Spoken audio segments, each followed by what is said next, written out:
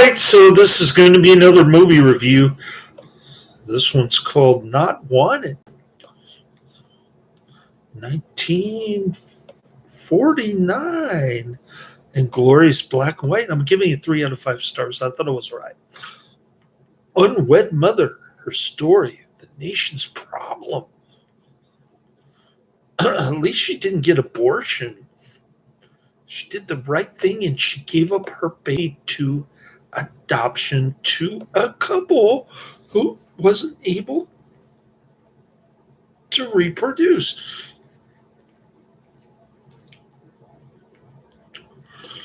So what do you do in a situation like that? I mean, the whole purpose of getting married is to reproduce, isn't it? Anyways, Not Wanted is a 1949 U.S. drama film directed by Elmer Clifton and an uncredited Ida Lupino, who did a lot of these types of taboo subjects for 1949, apparently, and also starring Sally Forrest, Keith Brazel, and Leo Penn. I have no idea who these people are. The movie poster looks okay.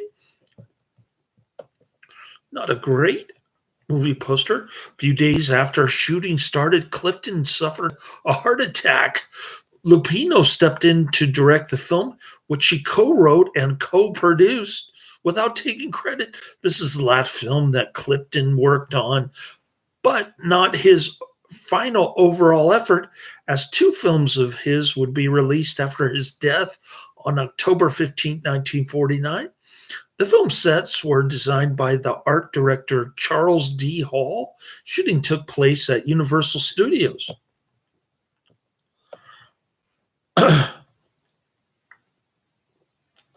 A young woman is attracted to a traveling musician while feeling stifled at how her parents treat her. So what does she do? She gets banged at age 19, kind of like my mom. Anyway, she abandons her home to follow him, but he has decided to move on and to chase his dream career. A big surprise. Wham, bam, thank you, ma'am. After he has left, she finds out that she is pregos.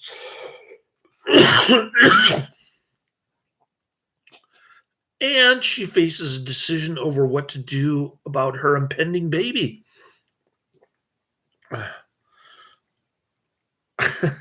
There's at one point where she's telling her baby to take care of himself while she's working, change his own diapers and whatnot. And then when she's on the operating table, there's this cool kind of dystopian dreamlike sequence. And I like the ending to this movie. The rest of the movie is just a boring soap opera I didn't really care for. One of these low-budget films that doesn't really fall into any specific genre. It just says U.S. drama. Anyways.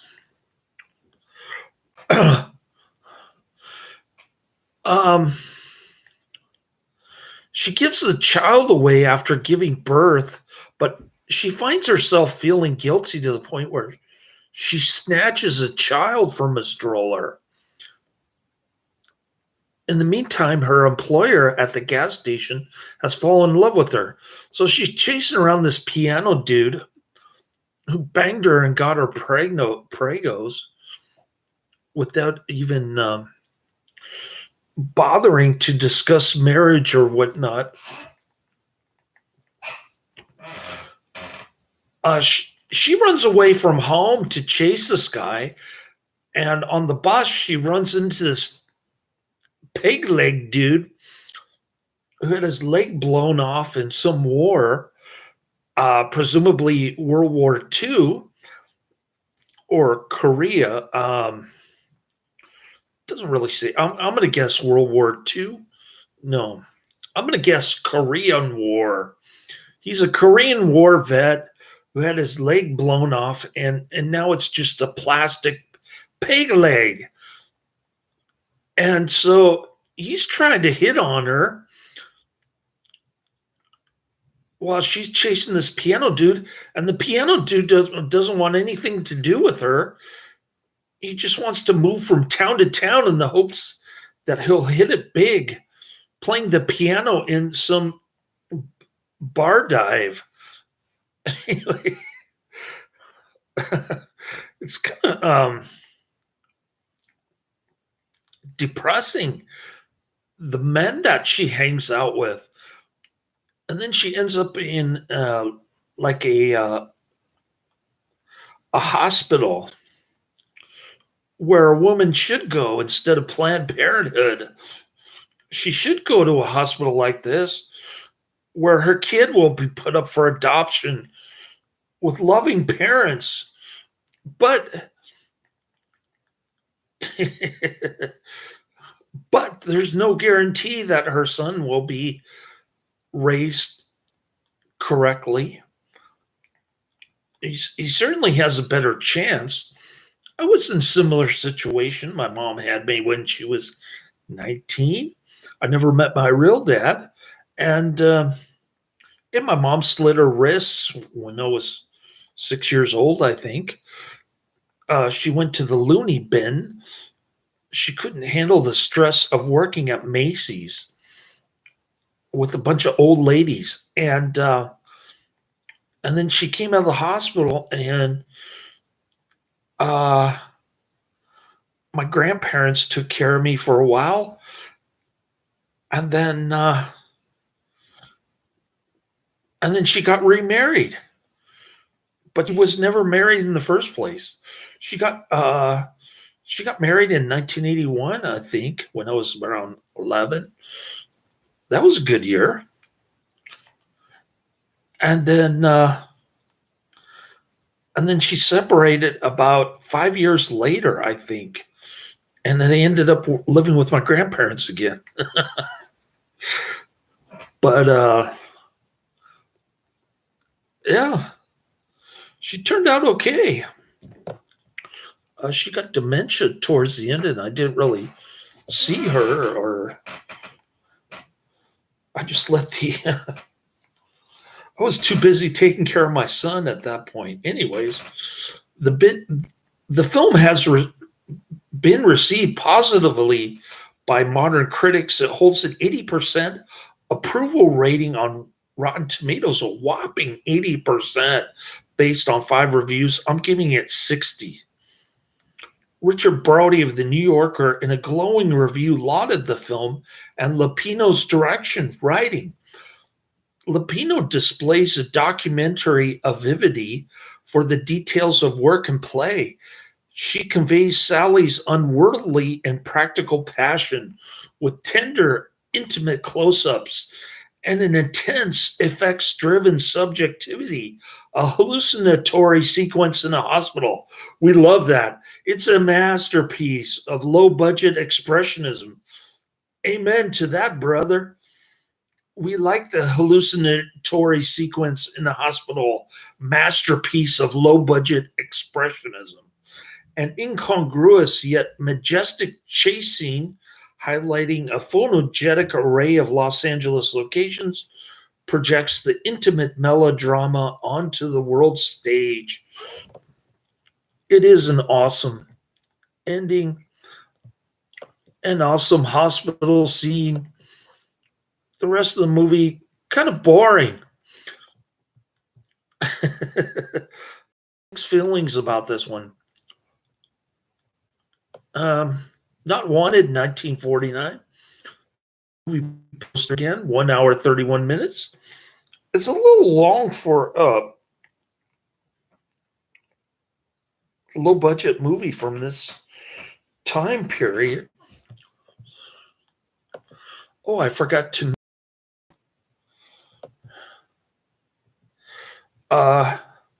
production company Emerald Productions, distributed by Film Classics, release date June 24th, 1949, running time 91 minutes, country, United States language, English, and no box office information. Because they kept it a secret. Anyways, no, gets a pretty decent 6.8 out of 10 on IMDb, 1,000 ratings. So this is not an obscure movie by any, and it's quite popular for a black and white 1949 movie. Are you kidding me? After a beautiful but unsophisticated girl is seduced by a worldly piano player and gives up her out of wedlock baby, her guilt compels her to kidnap another child. She's just strolling down the street. She picks up a baby from the stroller and she walks about 10 feet before she's caught. She's saying, "This looks like my baby. Oh, I wish I had a baby." Anyways, more like this, Never Fear, The Bigamist, Private Hell 36, and Made for Each Other. So I guess you could call this an exploitation film since it deals with taboo subjects of unwed mother. Elmer Clifton's final film note: Ida Lupino took over directing chores after Clifton suffered a serious heart attack and was unable to complete the picture. He died shortly after its release.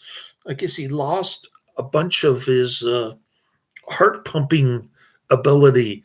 Several films he had directed before this one were not released until after his death, causing some confusion as to exactly which was his final directorial effort.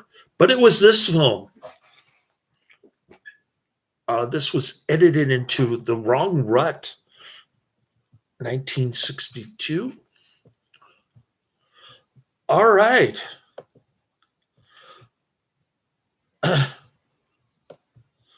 Here's somebody who's rating it a little bit higher. BMA CV, dated June 17th, 2004.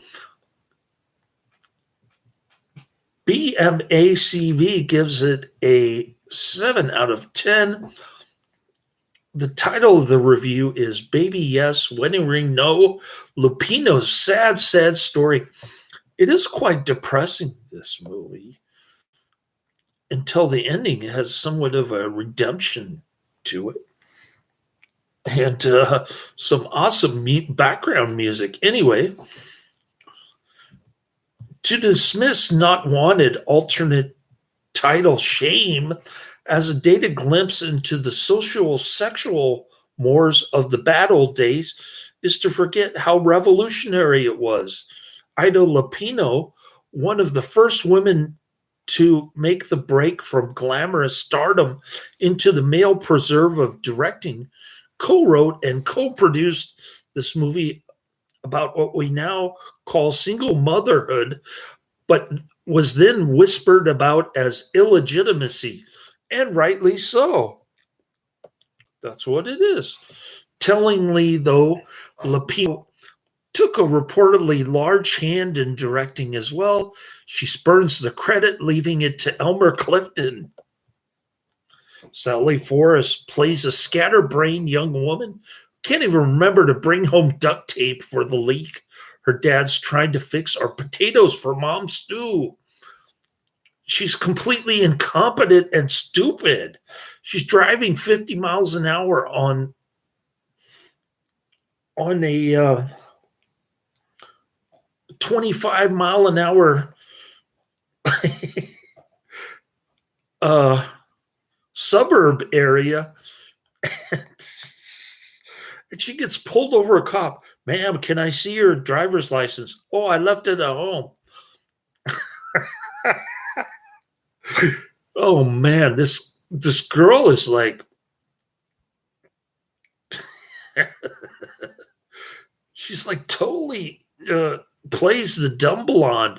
I don't know if she has blonde hair because it's a black and white movie. She might be a redhead for all I know. But anyway, She's really dumb for a 19-year-old. She slings hash by day, but at night dreams moonly of a lusher life as represented by Hot Piano Man at a nightclub, played by Leo Penn. She throws himself at him and he catches his flicked away cigarette drifting slowly down a stream encodes their rapture. But footloose and fancy free, Penn packs up to try his luck in that provincial Paris, capital city. In a huff, Forrest packs up too and follows him there only to be brutally blown off. Yeah, I got my career and you're not any part of it. You're not going to ruin it with marriage. Even if I did get you Pregos, forget it. She takes a job as a guest jockey at the station managed by lame veteran Keith Brazil, but resists his tepid approaches at first. Scant wonder he plies her with his model trains. He tries to get her interested in model trains. Good luck with that. But joining him at an amusement park, she swoons. A doctor called in diagnosis her as pregnant when she faints at the amusement park, much to her surprise. Without a word to her family back home or to Brazil, she packs up yet again and she checks herself into the Haven Hospital, a home for either take your pick, unwed mothers or wayward girls. It's like girls' town here, much as there might even be some little bit of lesbian food going on with these Prego moms, all worried about putting up their kid for adoption. Much as she'd like to keep the baby, it's an unworkable option, so she grudgingly gives it up for adoption. But soon she's wandering the streets eyeing other women's babies. A little too lunily. Next, the police are involved. A more or less happy ending, undoubtedly the only condition under which the picture got made at all. Can't compromise, not wanted's unblinking look at what pregnancy without a wedding ring spelled for women who prove less than vigilant about their chastity. Yeah, it served her right. She shouldn't have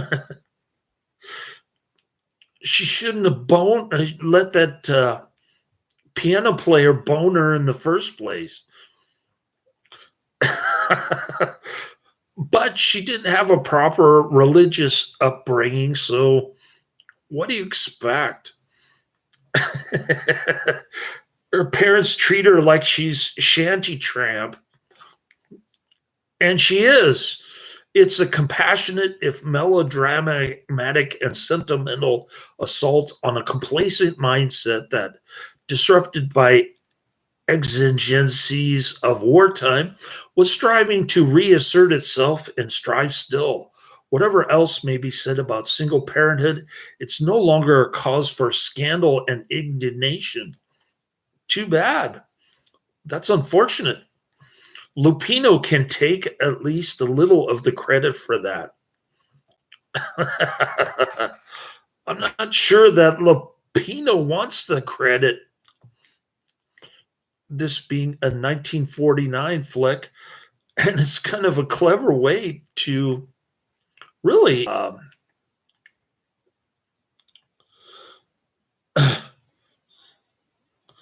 course, Ida Lupino was in The Bigamist, and I don't know, she was in Private Hell 36. She produced Never Fear.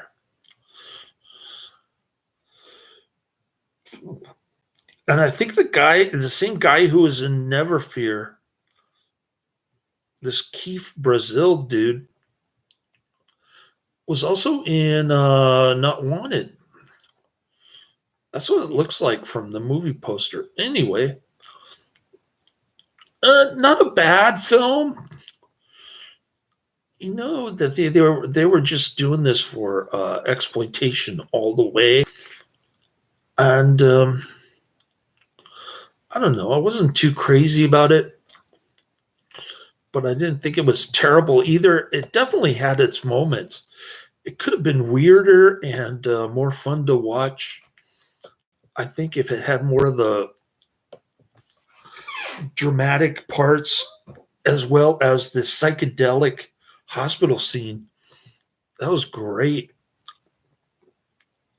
So it did have its moments. It's not a great film or even a good film, but I don't know. I'm kind of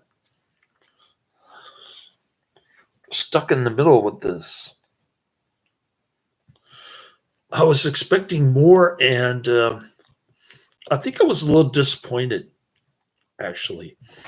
So let's go down the pike here.